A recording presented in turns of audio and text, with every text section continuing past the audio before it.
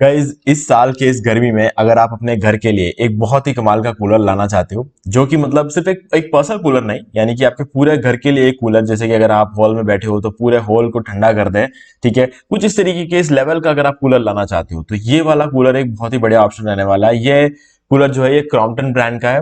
और तो मतलब इस बात में कोई डाउट मत रखना कि इस ब्रांड में कोई प्रॉब्लम होगी। ब्रांड में कभी भी किसी तरीके की प्रॉब्लम नहीं होगी, क्योंकि ये टॉप ब्रांड है।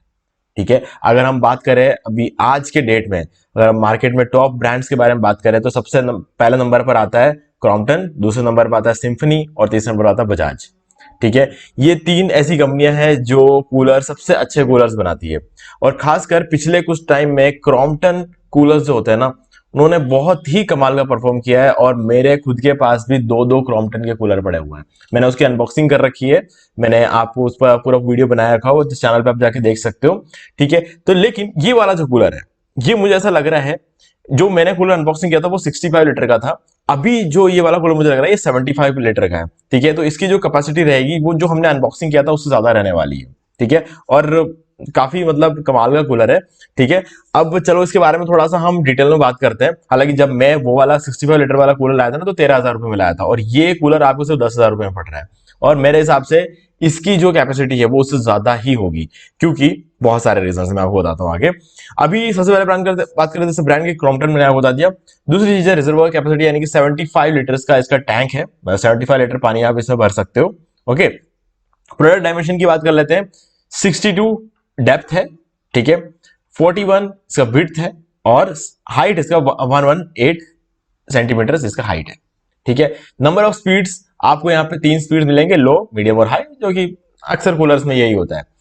अब वारंटी आपको 1 साल का मिल जाएगा। और अगर आपको 2 ईयर एक्सटर्नल वारंटी चाहिए तो आपको लगभग कुछ 900 रुपए के आसपास देना पड़ेगा, और 2 ईयर एक्सटर्नल वारंटी भी आप ले सकते हो अगर आप अमेजोन से लेते हो। लिंक डिस्क्रिप्शन में डायरेक्टली परचेस कर सकते हो।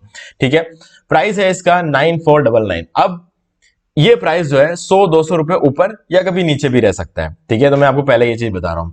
अब इसमें ऑटो ड्रेन फीचर है। अगर आप इस कूलर के लेफ्ट साइड में देखोगे, एक छोटा सा पाइप देख रहे हो व्हाइट कलर का, ये क्या करता है, ये ऑटो ड्रेन कर। नॉर्मली क्रॉम्पटन कूलर्स में जो हमारे पास पड़ा है, मैंने आपको बताया था, जो मैंने अनबॉक्सिंग की थी, उसमें ऑटो ड्रेन का जो फीचर दे रखा था वो हमें कूलर के पीछे दिया हुआ था। यहां पर इसके लेफ्ट साइड में दिया हुआ है। ठीक है, ये पाइप हम जब चाहे तब निकाल सकते हैं, और वापस इस पाइप को यहां पर हम डाल सकते हैं। ठीक है, ये पाइप रिमूवेबल है ना। तो बस यहाँ पर डेमोन्स्ट्रेशन के लिए यहाँ पे बता रखा है कि आपको ओके यहाँ पे पाइप लगाना है। ठीक है, तो ये आप जो है हटा सकते हो। और अगर आप ये नहीं भी लगाते हो ना, तब भी यहाँ से पानी बाहर आ जाएगा, बस आपको पता नहीं रहेगा कि कितना दूर जाके गिरेगा पानी। तो इसीलिए इस पाइप को लगा देना, ताकि इसके जस्ट नीचे आप बाल्टी रख पाओ। ओके, अब एवरलास्ट पंप है इसका, जिसके बारे में क्यों है क्या है, क्योंकि ये बताऊंगा, उसको आगे बताऊंगा, क्योंकि यहाँ पर इस पंप का जो डिटेल है वो मैंने आगे लिखा हुआ है इसके बारे में। Motor overload protector. ठीक है, और मोटर जो है इसका काफी स्ट्रांग मोटर है। ठीक है, आपको किसी भी तरह का ओवरलोड हो चाहे कुछ भी हो जाए, इसको कोई दिक्कत नहीं आने वाली। आजकल क्या है ना, इन सब चीजों को ध्यान में रखते हुए ही जो है डिवाइसेस बनाए जाते हैं।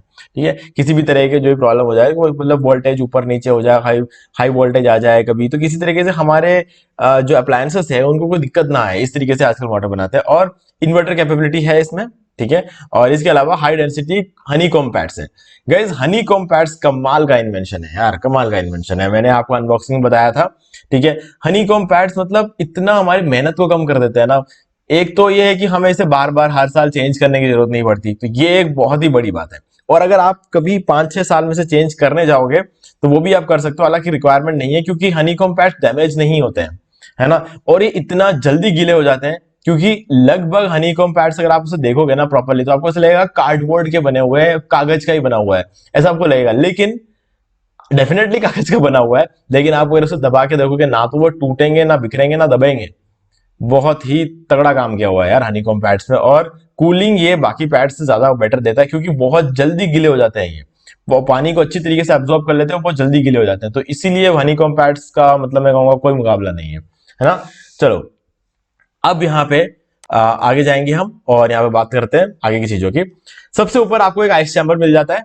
ठीक है, यहाँ पर आप बर्फ रख सकते हो। अब होगा क्या मैकेनिज्म, कि पंप से जो पानी आता है वो सीधा सीधा सबसे पहले आइस चैम्बर में आता है, और आइस चैम्बर उसको डिस्ट्रीब्यूट करता है तीनों जो इसके लेफ्ट, राइट और पीछे वाला जो हनीकॉम्ब पैड्स है, इन हनीकॉम्ब पैड्स में डिस्ट्रीब्यूट करने का काम आइस चैम्बर का होता है।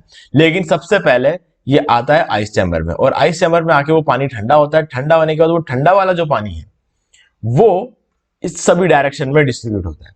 ठीक है, तो मतलब आइस चैम्बर एकदम सही पोजीशन पे रखा हुआ है। कंट्रोल पैनल आपको यहाँ पे नॉब देखने को मिल जाएंगे स्पीड वगैरह एडजस्ट करने के लिए। ऑटो स्विंग वर्टिकल लोअर्स, जो वर्टिकल लोअर्स है वो आप जो है इसको ऑटो स्विंग होते रहेंगे। मतलब अगर आप इस पंप वाला जो नॉब है उसको आप घुमाओगे तो एक जगह ऐसा लिखा होगा पंप एंड स्विंग। ठीक है, जब पंप एंड स्विंग आप करोगे तो जो वर्टिकल वाले जो डायरेक्शंस है, जो स्विंग है, वो हिलते रहेंगे, लेफ्ट राइट ऐसे घूमते रहेंगे। बाकी हॉरिजॉन्टल वाला आपको खुद को एडजस्ट करना पड़ेगा। ठीक है, वाटर लेवल इंडिकेटर आपको यहाँ पे देखने को मिल जाता है, और इजी मूविंग कैस्टर व्हील्स भी आपको मिल जाएंगे पैक में ही। ठीक है, कलर इसका ग्रे और व्हाइट कलर में आता है। मॉडल नेम है ओजोन रॉयल। वोल्टेज 230 वोल्ट पे काम करता है ये, लेकिन मोटर काफी पावरफुल होने की वजह से जो फ्लक्चुएशंस होते हैं उससे आपके कूलर को नुकसान नहीं होगा। एयर फ्लो कैपेसिटी है 4200 क्यूबिक फीट पर मिनट का। ठीक है, आइटम वेट है 14 किलो खाली। थोड़ा सा हैवी जरूर है, प्लास्टिक का होते हुए भी हैवी जरूर है गाइस, क्योंकि ये कोई पर्सनल कूलर नहीं है। देखो वजन तो होगा, पर्सनल कूलर होता तो 8 किलो में आ जाता, ये थोड़ा ज्यादा है ना, 6 किलो और इसमें ज्यादा है। लेकिन पानी भरने के बाद भी आप इसको मूव कर सकते हो बहुत ही आराम से, क्योंकि इसके नीचे व्हील्स लगे हुए हैं। और व्हील्स ऐसे नहीं है कि सिर्फ आगे पीछे लेफ्ट राइट होता है, ये 360 डिग्री में आराम से घूमता है ये, तो आप इसे आराम से इसे घुमा सकते हो, कोई इशू नहीं आएगा आपको कहीं भी। ओके, 190 वॉट पे काम करता है। इंक्लूड कंपोनेंट्स, कूलर आएगा, वारंटी कार्ड आएगा और इंस्ट्रक्शन मैनुअल आएगा। ठीक है, और ये कैस्टर व्हील्स जो होते हैं वो भी उसके अंदर आएगा। ठीक है, तो आपको खाली नीचे व्हील्स को लगाना है। अगर आपको कहीं भी कोई दिक्कत आए तो अनबॉक्सिंग वाला वीडियो है हमारे चैनल में, क्रॉम्पटन वाला, तो आप वो वाला देख सकते हो। ठीक है, सारे क्रॉम्पटन के कूलर में एक व्हील्स एक जैसे ही लगते हैं। ओके, अब नेक्स्ट चीज है, यहां पर आपको डेफिनेटली ये जो बॉल बियरिंग वगैरह मिल जाता है, ऑटो फील के फीचर मिल जाता है, और इसका लेंथ हाइट ये सब चीजें। अब जो है ड्यूरा मराइन पंप, इसका जो होता है ये ड्यूरा मराइन पंप लगा हुआ होता है इसमें। इससे क्या होता है कि इसकी इंसुलेशन काफी अच्छी रहती है। ठीक है, हालांकि आप इस यहाँ पे कहीं लिखा हुआ नहीं है, ड्यूरा मराइन पंप है, जिसकी वजह से इसके ऊपर क्या इंसुलेशन काफी अच्छी होती है। इंसुलेशन अच्छी होने की वजह से इसकी जो लाइफ है ना पंप की, वो बहुत ज्यादा होती है ना। तो ये बहुत इंपॉर्टेंट चीज है कि आपका पंप बहुत लंबे टाइम के लिए चले, क्योंकि पंप एक ऐसी चीज है कि आप आराम से रिप्लेस कर सकते हो, कोई इश्यू वाली बात नहीं है। लेकिन उस पर्टिकुलर रात, जिस रात वो खराब हो गया, आप परेशान हो जाओगे। तो इसीलिए आजकल जो है यहाँ पे ड्यूरा मराइन पंप का यूज किया जाता है, जिसमें इंसुलेशन काफी तगड़ा होता है, और इस वजह से उसकी लाइफ काफी लंबी रहने वाली है। आप बिल्कुल बेफिक्र रहो, बस ये देखना कि टैंक में पानी कभी भी बहुत कम नहीं होना चाहिए। मतलब पंप हमेशा पानी में डूबा हुआ होना चाहिए। इतना सा अगर आप ध्यान रख लोगे ना, तो पंप को कहीं ना कोई दिक्कत नहीं आएगी। बस ये चीज ध्यान रखनी है आपको। यहाँ पर आप बिल्कुल भी लापरवाही नहीं कर सकते। अगर आपको लगता है सोने से पहले कि टैंक आधा हो चुका है, तो गाइस सामने वाटर लेवल दिखता है, भर दो उसको पूरा, है ना, पूरा भर दो। पूरा भरने के बाद आप आराम से हो जाओ, कोई दिक्कत नहीं है। पूरी रात में वो टैंक जो है खाली नहीं होने वाला। ये मैंने चेक किया, 65 लीटर वाला टैंक भी खाली नहीं होता, 75 का तो फिर चांस ही नहीं है ना। तो 75 लीटर वाला अगर ये वाला कूलर आप लेते हो, कहीं कोई इश्यू नहीं आने वाला। ठीक है, और अब हम कूलर के बारे में कुछ बेसिक चीजें समझ लेते हैं। जैसे कि ये है, यहां पर आप देख सकते हो, अगर हम बात कर लेते हैं लीटर्स में, हम यहाँ पे लीटर्स में देखने वाले हैं। रेकमेंडेड कैपेसिटी आप देख सकते हो 15 लीटर, 25 लीटर, 40 लीटर और 55 लीटर। 15 लीटर वाला जो कूलर आता है वो एक छोटे कमरे के लिए होता है, जैसे कि 150 स्क्वायर फीट के लिए। ठीक है, और मीडियम वाला जो कूलर है, जैसे कि 25 लीटर हम बोलते हैं, वो 300 स्क्वायर फीट के कमरे के लिए होता है।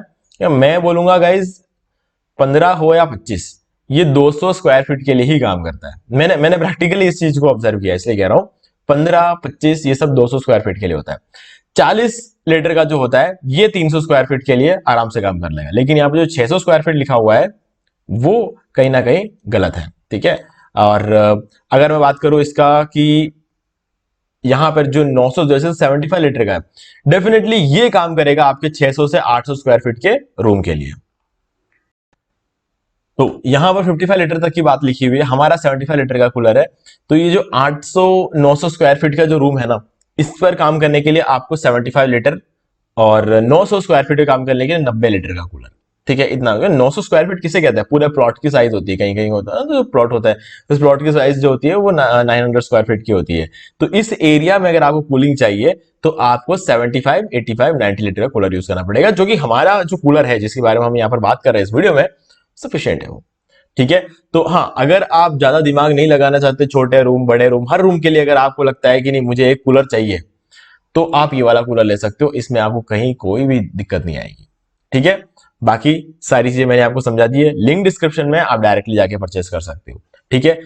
कुछ भी डाउट है तो कमेंट करके आप पूछ सकते हो, कोई इश्यू नहीं है। ऑटो ड्रेन फीचर के बारे में मैंने आपको बता दिया। ठीक है, सारी चीज बता दी है। तो अब क्लीनिंग वगैरह का मैं यूं कहूंगा कि देखो, वैसे तो बोला जाता है कि हनीकॉम्ब पैड्स को हर हफ्ते में एक बार क्लीन करो। गाइज मैं आपको लिटरली बता रहा हूं, मैंने जो चीज एक्सपीरियंस किया ना, आप एक साल में एक बार क्लीन कर लो। ठीक है। और अगर एक साल में एक बार क्लीन नहीं भी करते हो तो भी चलेगा, क्योंकि हनीकॉम्ब पैड्स में दो अच्छी बातें होती है। एक तो ये कि ना तो ये खराब होते हैं, दूसरी चीज ये ना ही ये, और ये इन कूलर्स में एक ऐसी टेक्नोलॉजी आईपीओ टेक्नोलॉजी होती है। ठीक है। आईपीओ टेक्नोलॉजी की वजह से क्या होता है ना कि ये इसमें बैक्टीरियल प्रॉब्लम्स नहीं आती है हनीकॉम्ब पैड्स में।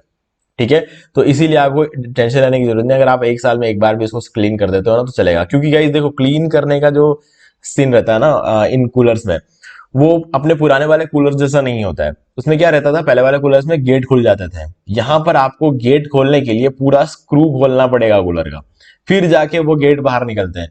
तो इतना आसान नहीं है ये चीज करना, है ना। आप स्क्रू वगैरह खोलोगे, फिर कूलर को गेट को निकालोगे, दोबारा लगाओगे, तो हर हफ्ते ये करोगे ना तो आपको ऐसा लगेगा कि यार फिर तो वही पुराना वाला कूलर कहीं दुकान से कहीं बनवा के ले आते हैं, ऐसा लगेगा। पक्की बात है, मैं जो चीज है वो क्लियरली बोलता हूँ, है ना। तो अगर आप इस कूलर को लेके आते हो तो मैं कहूंगा कि साल में एक बार साफ कर लो, और आपको लगता है, देख लेना हनीकॉम्ब पैड्स, तो अगर आपको लगता है कि नहीं इसको अभी साफ करने की जरूरत नहीं है तो मत करो, अगले साल करना, फिर 2 साल बाद कर लेना, कोई इश्यू नहीं है। ठीक है। लिटरली ये चीज है, मैंने भी देखा है। मैंने इसको एक साल बाद अभी साफ किया है। ठीक है। साफ किया तो मुझे समझ में आया कि भाई इसका जो गेट वगैरह खोलना तो चलो ठीक है, एक बार हम खोल लेंगे कैसे भी, बंद करने जब जाते हैं ना तो काफी एफर्ट लगता है, कम से कम आधे घंटे का काम है इसको खोलना, और खोलने के टाइम पे भी आपको आधा घंटे का टाइम लगेगा, बंद करते टाइम उसको आधे घंटे से ज्यादा लग सकता है आपको, क्योंकि क्या है, प्लास्टिक है ना। प्लास्टिक थोड़ा सा एडजस्ट होके तो देते हैं हमें, लेकिन प्लास्टिक कभी कभी गर्मी में थोड़ा खुल जाता है, ठंड में थोड़ा सिकुड़ जाता है, तो बहुत सारी चीजें रहती है। देखो अब ये सब चीजें आपके ऊपर है, आप कितना क्या कर सकते हो, लेकिन मैं कहूंगा कि 2 साल तक इसको क्लीन करने की जरूरत नहीं। ओके। उसके बाद तो करना पड़ेगा यार, क्योंकि देखो अगर आप चाहते हो कि उसकी लाइफ ज्यादा रहे तो आपको उसके बाद करना पड़ेगा। एक साल में कर दो तो बहुत अच्छी बात है। ठीक है। तो गाइस उम्मीद है कि आपको सारी चीजें क्लियर हो गई। फिर भी कोई डाउट हो तो मुझे कमेंट करके पूछ सकते हैं। वीडियो पसंद लाइक जरूर कर दे, चैनल को सब्सक्राइब करके बेल आइकन जो प्रेस कर ले, क्योंकि इससे हमारे आगे आने वाले वीडियो की नोटिफिकेशन आपको मिलते रहेंगे। तो दोस्तों आज की वीडियो सिर्फ इतना ही, देखने के लिए आपको बहुत बहुत धन्यवाद।